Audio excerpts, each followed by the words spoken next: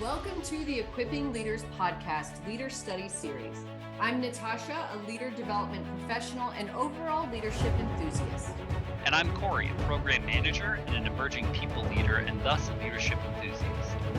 We're doing a leader study of the TV show Z Nation, deconstructing the leaders, decisions, and team dynamics of the characters on the show to look at how leadership is all around us. And even if we're not in a position of leadership, we can still demonstrate it in our actions, responses, and opportunities. Z Nation aired from 2014 to 2018, but if you haven't seen it yet, there will be spoilers in these episodes. Today we're talking about Season 5, specifically viewing one's history through rose-colored glasses, self-sacrifice, professional sabotage, and civility in the workplace. Let's jump in. Okay, so we're coming slowly and quickly to the end of Season 5 of Z Nation. And so we're in Season 5, Episode 7, Doc's Stoned History.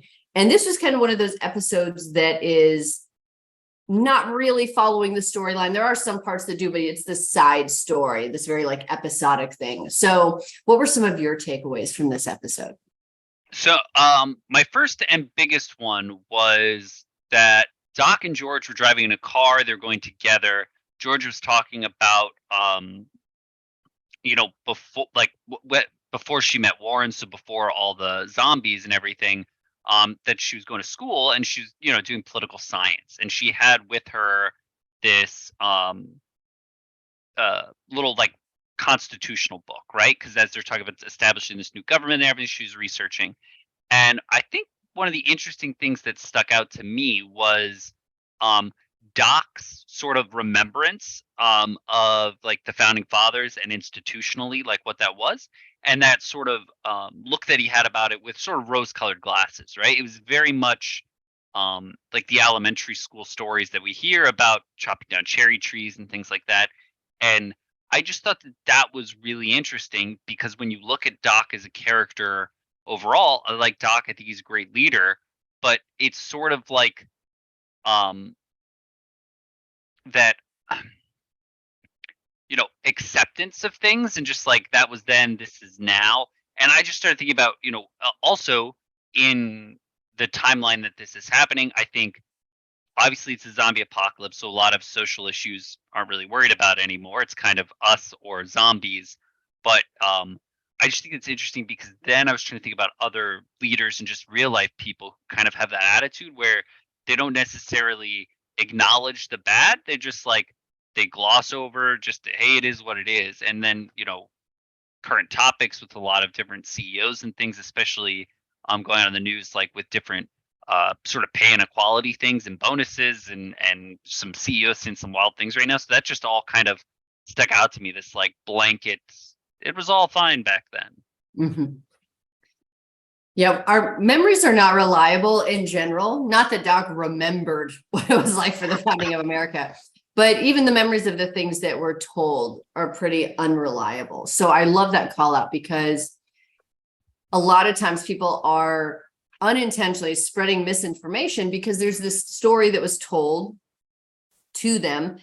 And maybe it was told by a school teacher, maybe it was told by a stoned uncle, right? Like, so, but there's something that, especially in our formative years, where we hear these stories and then we take them in as if they are fact, and also as if the perspective they're being told from is fact. Yeah. So it's like when you go back and you think about things like the founding of America was also just told through the lens of white men. And so when you get these other perspectives in there, you actually get a more holistic story. But I think you're right. It's like we want to listen to the best, easiest version. And I think that's what it is. It's more about the easiest version, whether that's American history or even the history of our own lives or our own companies, whatever is easiest. And we'll talk about challenges like, oh yeah, we overcame some things, but we're also not really talking about like, what is that like day-to-day type experience? And I like that you brought up the current, I'm sure executives are always saying crazy things, but the ones who are being outed right now for the different things they're saying. And I think that really goes to, it's like, if you look at a company, maybe they're making this much in revenue, all these things are going well, but what is the inequity that's going on internally? How are people being told to show up when really the situation or the environment isn't matching how they're told to behave or asked to behave. Yeah, it's talking about that, like that the lore becoming the truth almost, so it's like, Mhm. what was it, Paul Bunyan, is it the guy with the big blue axe or whatever, and chop down a tree in one swing? It's like, it's funny too, because in that lack of any other sources and like single streamed, and if you're putting, I think a lot of people look up to a leader as having those definitive facts. So I think even at an organizational level, you can run into trouble where it's like, oh yeah, the last team was able to get this done in 5 minutes, so to speak. And yeah, that's a really great point. I didn't. You could just really, you can control a narrative really well, especially if you're a single source. And absolutely. And you brought up something else really great there too, where that can be the fear that maybe some people have, is losing control of that narrative and being seen as a human, even though we're all very well aware that we're all human, but to then be put in a place where it's like, oh, well, I don't necessarily want to be perceived as a human. I don't want this company to be perceived as a regular company. So there is this mythology that's created around it, where it's like, if you look back at the founding fathers, just a bunch of dudes. You look at the people who are running companies and all that stuff now. Do they have great ideas? Absolutely. Also just people, like just human people. And so, yeah, I think that can also lead to, sometimes you see people in positions of power or authority, they kind of seem to have a meltdown, and it's almost like they put themselves, or they allow themselves to be placed on this pedestal, forgetting that there's not a lot of room to move around on a pedestal. There's no room for you to be a human up there. So when that happens, you try to, oh no, that's not, like, there's just a lot of like deflection and all this other stuff, when instead, oh yeah, I'm a regular human. And I think that there's a self-acknowledgement that has to come first, of not taking yourself that seriously, that then invites that for others, which is valuable. Yeah, no, that's a great point. So that whole piece, right? That's like a little weird, like B story, I guess, that conversation and remembrance. And then for the main story, you have to follow me on this one, okay? So, because I took a stretch on this, but like I feel like it fits. Okay, So, I'm ready. so for context for everyone else, uh, we know that the talkers now, they eat the biscuits. It makes them stay as talkers, not turn into zombies, right? The rumor is that in these biscuits there's brains, and that's why it's right, just a little bit of enough of a taste to keep them normal. The biscuits stop coming in. A hodgepodge of the Operation Bite Mark folks, George, some other folks, right? They're going to look for these biscuits, right? To figure out why they stopped being made and start making them again, whatever. What I think is so interesting about that is when they roll up on the factory, they look around, they see things are missing. There's somebody there. They're shooting at each other, right? Fighting, excuse me, right? Miss sort of communication. Works out to be this nice guy. Has this family. They have this recipe. They can't get it because their mom is turned into a zombie. She's the one who had the recipe, and they've attempted to go get it, but they were unsuccessful. And another brother got bit and turned into a zombie in the process. And what I thought was so cool about this was that they were this isolated group that had nothing. Those biscuits were going out. They were critical to the success of all of civilization. They were an unknown entity. Nobody knew where they came from. Nobody knew what they were doing. They sought no glory. It's never discussed, but it seems apparent there was no revenue. There was no exchange of services for these goods. And they were just sort of like these unsung heroes on the back end, and sort of forgotten about, because once their contribution stopped, all hell broke loose, and the whole society was struggling. And that just got me thinking about, like, organizationally, IT services, right? HR, and like as a leader, you have these things that come in, right? People are getting paid because of accounting and everything like that. You might be doing some of that. You're signing timesheets, you're doing burn down charts, as a program manager, especially. But there are people that are doing things. You don't see them. They don't report to you. You don't really report to them. And I just like this whole thing of like, um, wow, think about all those other components of the organization, and how do you sync up with them and stay in communication. So like I said, it was a bit of a stretch, but that's sort of where I was with it. No, I like that. I don't think it was not as far of a stretch as you really sold it in a way where I felt like we were going to go on a much longer walk there. But I think that's a great point, because not everyone is the out front charismatic superstar player, but you need all different types of players. So there's that piece. But I think also such a great point where those like I think you said like the unsung heroes, the people who are really holding something together and not seeking glory, because it's like it's your job, right? It's part of your job to do that. And there just are inherently some roles where you will be more out front and some where you won't. But it was kind of like when COVID happened and all of a sudden people realized how incredibly valuable the service industry was. Yep. These people who come and take our trash away are literally keeping society running and keeping us healthy and safe, in a way. And then also, of course, nurses and all of that. So it's like there are these people that don't always get the glory, that don't always get that shine. But yeah, without them, things will fall apart. And we saw that happen, like I said, during COVID. We saw their importance. And then when they started to fall out, we were like, oh, yeah, we really, really need them. We really, really, really need them. Yeah. Not that that's necessarily, unfortunately, changed anything for them, but there was that acknowledgement. It was just something that I thought, when you looked at all the different leaders, George, Warren, all the other different like settlements, outposts, right? The New America conglomeration. It was sort of it was like a leadership failure, and I think they handled that well, because there are often times throughout the show, you're in this room, they have maps, they're planning things out, they're doing this great job of what do you want to call it? People coming from one area to another are like refugee registering, right? Getting people jobs and doing health checks, and like there was never discussed like, what if we don't have biscuits, right? And it's such a critical, if that chain were to break, it'd be such a critical failure, which we see that no one ever challenged that. And so it's just sort of like, man, as a leader, what would happen if IT went away tomorrow? I mean, it's kind of a stupid one because, yeah, we all know we'd be screwed, but but it was just like, what are those things that you rely on heavily that you just have that expectation of? What if the internet stops working tomorrow? And not even like sky is falling, but I thought that was, and then what I also thought was interesting was, so they get there, they get mom out, they're able to give her some brains, she turns back into mom. They have like that, they have a very like north border American Canadian kind of accent, that very sweet, they're charismatic, the woman's like, Midwestern, give you a hug, and they're talking about what's the recipe for the biscuits, and they think it's brains, and she's like, oh, it was brains back in the day, but now we get the flour from the Heartland area and it already has whatever the secret ingredient is in it.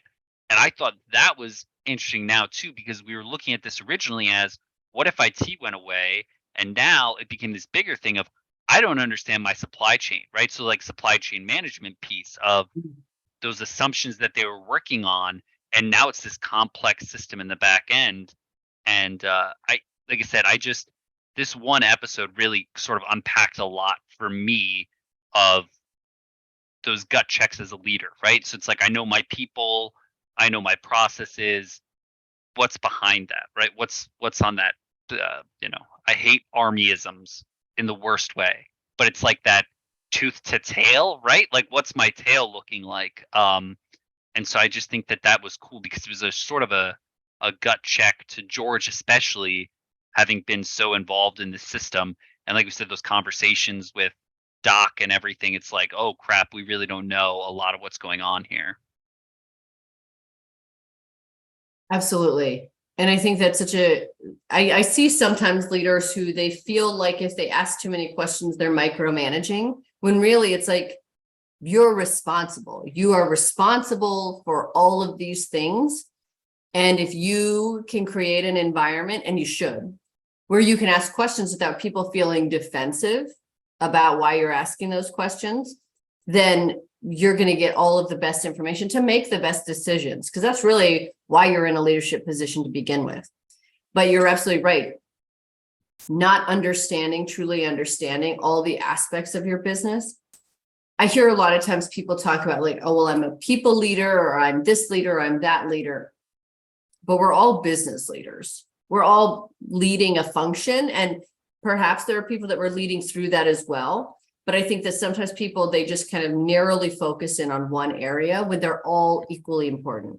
If you're just worried about people leadership, that could move the needle. But if you don't know anything about your business, it's going to hurt you a lot more. You may have a bunch of people who feel psychologically safe with a failed product, and now you've got a lot of other types of problems. So, yeah. Well, it's you bring that up too, and it just reminds me, in a previous job, nobody ever does only what their job description says, right? Or even if they do what their job description says. And I've dealt with some sort of like, oh, I don't want to micromanage you. I'm a hands-off leader, right? You come to me if you have problems. Somebody would roll off. They couldn't restaff that position because they were so wholly unaware, because their assumption was that person only does what's on their job rec. I'm only rating them on the things that they do they do those things really well, but there's 50 other tasks that they do and sites that they maintain I had no idea about. They're critical to our goals and our customer. I don't even know where to begin. We don't even know what the login is, right? So yeah, it's just that sort of really that deep dive of what's the difference between micromanaging and understanding the micro processes for which you're managing. So, right. But yeah, those are the big things for me in this one. I think were kind of that rose-colored look back, and then the other aspects of management that you can sometimes forget about. Yeah. I don't know, what were your other, do you have any other big takeaways from this one? I didn't. Just that piece of misinformation that we subconsciously accidentally spread, but having that self-awareness and introspection to be like, why do I believe this? Why am I saying this? Who did I hear this from? And is that person truly a trustworthy person? I've definitely heard people say something like, well, it's just common knowledge. No, it's not. Yeah. Nothing technically is. You were told something at some point, and now you believe that that's common, right? So there's that. But this one also, as we roll into the next episode, now they're trying to figure out where exactly, what is in those biscuits? Like, how do we get this flour? But something really big, I think, in this episode, again, Warren jumping in with all her leadery qualities. George is experiencing this insanely heavy guilt over the loss of Dante, right? He was a battle buddy, if you will, a friend, somebody that was in the fight with her. And that is something that no one would blame someone if that took them out. That kind of stuff that's heavy. That's like real life stuff that, it does happen to all of us, but at the same time, like, it is something that can really derail someone. And we kind of saw that starting to happen with George, but Warren, of course, classic Warren, not only is she a comforter, and a support in that way, but also shows that leadership side of, this is hard, this is awful, and we need to feel this, but we also have to keep moving forward. We got to keep going. And so what I've really appreciated about this, though, is if we think back several seasons ago when she was trying to get Murphy to California, and Murphy was just like, do you hear yourself? And then he went and jumped off that building. Now we see Warren, so now here's another thing this person is going through. And it's almost like we see this later evolution of Warren, who's like, understands better how to really move through something with someone instead of dragging them through it, which is what she had to do with Murphy. So I thought that was just such an interesting, just as she's been consistently a good leader. She had some moments, but don't we all? But I think that this was kind of a cool evolution of how she really showed up for someone as a leader when they were dealing with something really challenging. Yeah, that's such a great point, because that and I think that's one of Warren's strength is that emotional intelligence to be, acknowledged, but also be the leader that they need at that moment, right? For the group's success. So that was the big that's a huge thing. The other thing is, so like, as we're talking about, the biscuits are trying to figure it out, so they go to the heartland where the flour comes from that already has the secret ingredient added in. Zombie shenanigans ensue, but ultimately they meet this guy Buddy, right? And Buddy has been the one who's been trying to keep, because they realize that these talkers are sort of just on the cusp of being zombies, right? Like they aren't there all the way. And what I think is interesting is Buddy's been sacrificing his own brains for the betterment of the group, right? So he's been given bits of his brain to everyone to try to keep them semi-sane, and like that level of like self-sacrifice for, again, nobody knew that the heartland was making the flour that had the secret ingredient in it. These folks were just farming, right? Again, that was their contribution to the organization. Uh, it's just like that. I think it's cool to look at Buddy as sort of a leader, because my assumption is that if he was sort of if he volunteered or was sort of voluntold to do that, maybe he wasn't like the star standout farmer, right? Like he didn't have the greenest of thumbs, so thus the group thought he was worth sort of sacrificing. But I don't think he did it I don't think he was forced into it either, right? Or tricked into it. I just think that's really cool, and I think that that's sort of like that self-sacrificing leader. I hope nobody's sacrificing their brains for like their team, right, in real life. But I really just thought that was really interesting. You know what I mean? And I hear you. I think, I mean, I hadn't even thought about it until you said it. So I think there is this aspect of self-sacrifice that we view as valuable, and it's actually not. Like what he was doing on the show, we get it, to like move the story forward.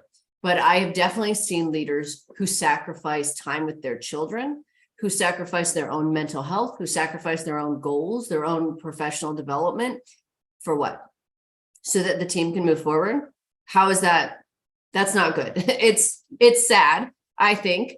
And it's one of those things where we try to glorify that kind of stuff in our culture, as if you sacrificing and giving everything you have so that at the end you're just this empty husk of a person that, guess what, you didn't develop, so I can't promote you. You didn't do these things, so I won't promote you. And so I find that those people who over self-sacrifice it's just sad, I think, because it's indicative of who we are as a society.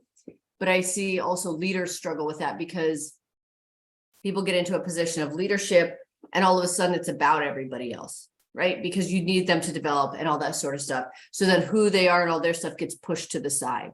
And then we're like, oh, what an amazing leader, because they did nothing for themselves and their kids don't know who they are. Oh, and their marriage fell apart. But you know what? The team was able to meet all these goals. Wow, what an incredible, it's just like, I just think that, yeah, when it comes to like self-sacrifice, never be more loyal to a company than they can be to you. When layoffs happen, it could be you, and you could be a great performer. And that's just how business goes. But yeah, it was interesting, because it was actually when you said, I hope nobody's giving up parts of their brains for their team. And it's just, when I talk to people, I'm like, they're struggling a lot with mental health issues because of work, because of all the things they have to sacrifice at work. So they are in fact giving up parts of their brain, leading them to maybe needing to take really long sabbaticals, maybe being out of the workforce entirely. And then again, that's not helping them. That's not helping the company. 3 things. 1, I did not realize that this was such a narrative for the sociological stance of leadership. 2, all I'm hearing is that you don't believe in the company mission, because 3, you're not willing to sacrifice yourself for the team. How are we ever going to get this hypothetical company to the next goalpost? Sports ball. No, I'm kidding. Yeah, that's a really great point. You know what I mean? And I think that says something about me, where I look at that sacrifice as being something of like, that person's going down in history, so to speak, right? Like, oh, they're definitely going to be remembered. But I think that's also my old fashioned way of thinking. And a lot of that is, conversations with you too have changed my perspective on that, of like, I had a very dated way of viewing things, right? Like to stay late or whatever. And then when that wasn't acknowledged, I'd get frustrated. It's not their fault for not acknowledging it. They never did. They never were going to. It's my fault for thinking they would, and I think that's something that conversations with you and other leaders, that's what was unlocked for me, right? There's going above and beyond, and then there's like going above and beyond dumb in a dumb way. So definitely doing for the people. So that was a good point. And then the other thing is, while all of this is happening, if I could speak, we have like external bad guys, right? Who are trying to make Bite Mark fail, who want this whole society thing to fail. And what I think is amazing about that is they are viewing, through binoculars, both literally and figuratively, all of these scenes unfold. And it's amazing to me how they can see these bakers, these farmers, all disassociated with each other, right? Just supplying that next piece to the next person. um eh, like, they're fighting really hard for this. They really want this, and those people are still just like, nope, screw them, we're gonna destroy it all. And it's like, I've worked in organizations, thankfully not with the people on my team, but like where you can just watch people that are being so the saboteur, right? Like they're just it blows my mind. But yeah, it's just, yeah, at what point do you have that wake up call and that realization of like, oh, maybe I'm not the right, maybe I'm on the wrong side of this. But That's an excellent point. And yeah, I've seen that everywhere at every job I've ever had, where, yeah, people are going along, they're working really hard. And then there are people external who just, whatever their motives are, and we can never presume to know the intentions of another person, but their motives definitely don't seem to be in line with whatever else is going on. And I think that in today's world, that definitely shows up as the needless gossip, just the people like weighing in. And I find that something really toxic or abusive is about to be said. This is just my experience. When somebody starts with this, well, I think I have perspective on that. Okay, let's hear it. Let's hear your perspective, where really what you're doing is based on a personal opinion. However that's informed, you're about to tear something else down when you have this other perspective and not the perspective that you need to answer this question and meet this moment. And so, yeah, so it's, I just find that it's like, oh, I'm going to pull from this other perspective and not from this reality that's in front of me. that's a great point. And so I have some perspective on this personally, because Oh, no. you're a monster. Okay, go ahead. Yeah. So um but yeah, so the external sort of sabotaging the uh that piece, and now so the team's there to figure out why the flour stopped coming to the bakery. And so they're like, sort of like you'd said, what's in the flour? Oh, that we add that ingredient in, it comes from further up the supply chain, right? And so there's like this other thing, and now you start to look, and this evolution of, that's a cattail, this literal cattail, not like a plant or anything, but this expansion of this whole complex integrated system to keep this society going. And now it's not just like, oh, there's these little loose associations of people trying to form this nation. No, the nation is recovering, right? It's healing itself. It's this big like global supply chain that's providing this service to a large majority of the population. And I think that's really interesting, because the team, um it's like a daunting task, right? They're continuing down this journey of going, going, going. So, yeah, that I think that's neat because they haven't. They kind of thought they got to the end, right? They got to Numerica. They were done with all these. Get Murphy to California, and get to DC and destroy the Black Rainbow. They thought they were done with these big quests, and here's yet another quest. So Well, yeah, I think that also goes to the whole like work is never done. yeah, But with that, even going back to that like self-sacrificing we were talking about earlier, work will continue to expand to the space you give it. So don't let it expand, right? Like yeah, it is perfectly fine to work an 8-hour day. That's probably what you're being paid to do. So you do that. If you make it 12 hours, you're magically going to have 12 hours of work every day now. And if you keep expanding it, you will have that much. So yeah, there will always be something else. And you can also deal with that thing that sounds like a Monday problem, right? That sounds like another day thing. What can I reasonably do today that either moves the needle or that makes, something feel like it's moving forward? yeah. No, so yeah, the two very interesting, like you said, not standalone, but like little episodes, but some really great nuggets that came out of them. Yeah. And speaking of supply chain, we also are starting to see this water supply problem as well.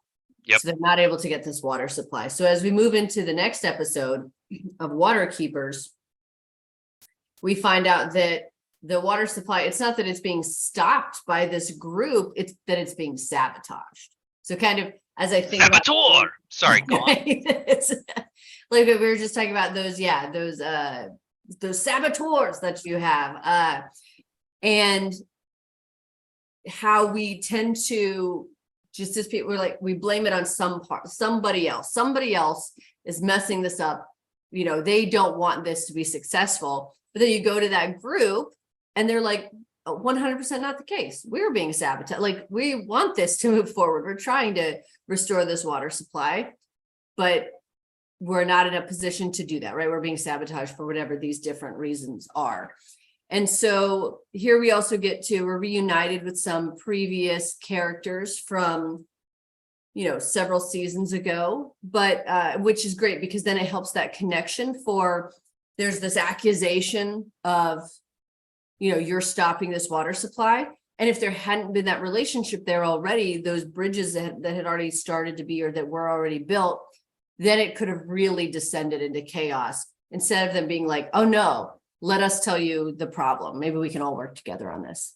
Yeah, and that was the big standout thing for me was the um very corporate style negotiation and conversation that was happening between George as the leader and the chief as the leader of that group of people. So um I I thought that was a very interesting exchange, and I guess it's like um and I don't mean it in like a elitist sense. And I also realize it's a television show, but like George was like a young college kid at the start of this, and like that was like she was very tactful and like professional, and like so like I just thought like that was this really great leadership quality of like reading the room, understand like right meeting his like authority like like that respect mutually. Like it was just like a very emotionally intelligent. She was aware, and it was a very professional because it was semi-heated, you know what I mean, and she kept that on the net, and he did too. So it was like that professional politeness. um and so I just thought that was like a really interesting interaction. And you had these other parties there, and it was neither one of those leaders was insulting in front of somebody else's team, right? They weren't talking down to each other. They weren't being petty. They're maintaining a professional courtesy, especially with those other sources there. And uh, you're talking about that gossip thing before. That's where you can both destroy each other's organizations by doing the name calling thing with other people there to not that you should do things behind closed doors, but you should do that sort of thing behind closed doors, so to speak. So I thought that was like a really interesting interaction. And really, you shouldn't do those things at all. Yeah, full stop. Yes, yeah, oh yeah, no, Yeah. yeah. I think too, you brought up such a great point there, that professional politeness, and I really just view that as civility, because that's part of being an adult and it's part of being a grown-up. And when people don't know how to respectfully disagree, the minute you descend into name calling and using gossip to fuel your arguments, you're useless. You are useless in the workplace. Like cool. So you're too emotions oriented. You're too, I just need to have the upper hand. And so when you have two people who are just like, I just want to win. And if winning means that I look better than you, it doesn't mean anybody's actually won. And so I think so what I'm describing there would be the opposite, of course, like you said, of what happened between these two, because it was this civility. There was this, like you said, professional politeness there, and not politeness for the sake of being polite, because that's pointless. That doesn't help anybody, but a directness in it that was like, this is what is actually needed. How do we meet each other on this while still respecting where each person is coming from and all of that? So I think sometimes we get so caught up in like, well, I need to be so polite and so respectful that I'm just never going to tell this person what I actually need, because they might not like that. Instead, you see this great interaction between George and this chief, where it's like, this is a problem and we need to solve this problem. Can we help each other solve this problem? And if not, fine. But we also need to be firm and direct with what it is that we need, without being like, you're, name calling and just descending into middle school BS. No, yeah, exactly. And I think it's, listening to you talk as well, I think I was putting too much of my own personal on it, because I've dealt with in the past where you have like a familiar relationship with someone, right? Like you're friends or you've known each other for a really long time, that in a moment where, even if you're both leaders in the organization, you somebody let that friendship and maybe how you talk outside of work, right? Or how you interact outside of work, or how somebody who knew you in the past affects the way they treat you now, right? In the present, in like a different position. And again, that's not like I got a promotion, so now you need to call me sir type thing. It's just like, it's clear that George and the chief have known each other, right? They've had a lot of conversations, and they could have been like, why are you doing this? Why are you doing this to me, man? Like, I thought we were friends. This has nothing to do with the friendship, right? This is now a business transaction type thing. So I thought that was, I think that was kind of the a piece of it for me there too. But uh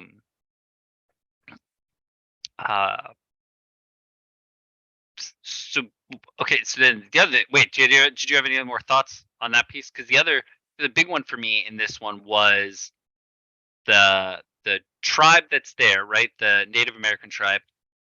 The big thing that we're trying to do right now is understand the supply chain and fix the biscuits, right? So we're trying to get biscuits back into the market to protect the talkers.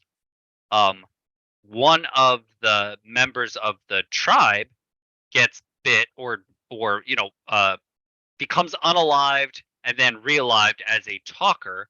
They have an entirely different way of dealing with talkers, right? So whereas the bite mark group and like Numerica, where they give the biscuits and everything goes, this other group is like, nope, literally YOLO. If you get bit and turn into a talker, that you go out into the woods, and that you only get one life to live type thing. And I thought that was really interesting, because Doc and a lot of the bite mark characters kind of have like this revere, and they had a great relationship. And like, so you look at 10K, when he lost his hand, he kind of got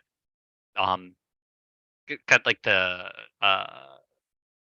mental like pep talk and tune up. Doc's sort of found friends, Warren, everybody like had this group, and now for them to have this such a fundamentally different thing, there was a respect for it, but it was so different. And I think that the group, there was like that shock, but that understanding, and I thought that was a really interesting interaction, because you have somebody whose process is entirely different from yours, but you're asking to do something to help you with your process, but while you still respect their process. And I thought that was interesting. And I think there's this element of just because somebody thinks or does something different than you doesn't mean that you write them off. And I think this is such a good example of that, where if it's fundamentally against something you believe in, right? If you're like, oh no, like I actually cannot live with that. That is actually against the core of who I am. That's different, right? You don't always have to share a worldview with every single person that you interact, and you're not going to. But again, with this, it kind of goes back to that like professionalism of we're trying to move through this thing. I'm not going to ignore this stuff because it is bothersome to me. But like you said, that is their way of dealing with this. I didn't come here to change that. That's not why I'm here. I'm here for this supply chain thing. And so let's focus on why we're here. If other things change along the way, fine, but that's not why we're here. So I think there's also that focus on the mission, focus on what is our purpose here. Because the minute you get into, I'm here to change, hearts and minds, it's not like you can't, you just can't. I mean, the best way to win people over is by being a good person and showing them through your actions and not your words that a certain way of doing things could potentially be a better way, but also not expecting them to make that change. Yeah. No, that's yeah. No, because you also, with that too, you have this cheap and stuff. They're trying to keep this dam going, right? The water supply and everything like that being constantly sabotaged.